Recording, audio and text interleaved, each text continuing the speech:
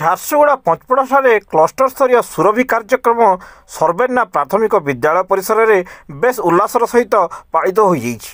ଏଥିରେ ପଞ୍ଚପଡ଼ା ସିଆରସିସି ସୁରଜ ପଟେଲଙ୍କ ଅଧ୍ୟକ୍ଷତାରେ ଅନୁଷ୍ଠିତ ଉତ୍ସବକୁ ଝାରସୁଗୁଡ଼ା ବିଧାୟକ ଟଙ୍କଧର ତ୍ରିପାଠୀ ମୁଖ୍ୟ ଅତିଥି ଭାବରେ ଯୋଗଦେଇ ଦୀପ ପ୍ରଜ୍ୱଳିତ ପୂର୍ବକ କାର୍ଯ୍ୟକ୍ରମକୁ ଉଦ୍ଘାଟନ କରିଥିଲେ। ଝାରସୁଗୁଡ଼ା ବ୍ଲକ ଏଡିଓ ସୁଶାନ୍ତ ହୋତା ସମ୍ମାନିତ ଅତିଥି ଭାବରେ ଯୋଗ ଦେଇଥିଲେ। ଅନ୍ୟମାନଙ୍କ ମଧ୍ୟରେ ପ୍ରଧାନ ଶିକ୍ଷକ ପ୍ରଜ୍ୱଳ ପଟେଲ, ପୂର୍ଣ୍ଣମିତା ନାୟକ, ନନ୍ଦିନୀ ପଟେଲ ଆଦି କାର୍ଯ୍ୟକ୍ରମରେ ମଞ୍ଚାସୀନ ଥିଲେ। ମୁଖ୍ୟ ଅତିଥି ଶ୍ରୀ ତ୍ରିପାଠୀ ତାଙ୍କ ବକ୍ତବ୍ୟରେ ଶିଶୁଙ୍କ ମଧ୍ୟରେ ଲୁଚି ରହିଥିବା ପ୍ରତିଭା ଏପରି କାର୍ଯ୍ୟକ୍ରମ ଦ୍ୱାରା ଆଗକୁ ଉନ୍ମୋଚିତ ହେବ ବୋଲି କହିଥିଲେ।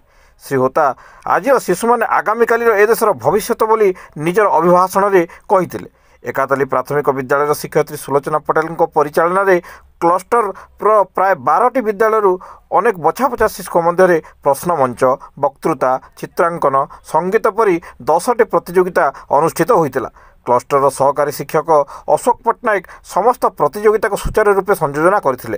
କାର୍ଯ୍ୟକ୍ରମର କୃତି ପ୍ରତିଯୋଗୀମାନଙ୍କୁ ସମ୍ମାନିତ କରାଯିବା ସହିତ ଆଗାମୀ ବ୍ଲକ ସ୍ତରୀୟ ସୁରଭି କାର୍ଯ୍ୟକ୍ରମ କକ୍ସ କଲୋନୀ ବିଦ୍ୟାଳୟରେ ହେବାକୁ ଥିବା କାର୍ଯ୍ୟକ୍ରମରେ ଭାଗ ନେବେ ବୋଲି ସିଆରସିସି ସୁରଜ ପଟେଲ ସୂଚନା ଦେଇଥିଲେ। କାର୍ଯ୍ୟକ୍ରମରେ ପଞ୍ଚପଡ଼ା କ୍ଲଷ୍ଟରର ସମସ୍ତ ଶିକ୍ଷକ ଶିକ୍ଷୟିତ୍ରୀ ସହଯୋଗ କରିଥିବା ବେଳେ ସର୍ବେନା ବିଦ୍ୟାଳୟର ପ୍ରଧାନ ଶିକ୍ଷୟିତ୍ରୀ ଜ୍ୟୋତିର୍ମୟୀ ବେହେରା ଧନ୍ୟବାଦ ଅର୍ପଣ କରିଥିଲେ।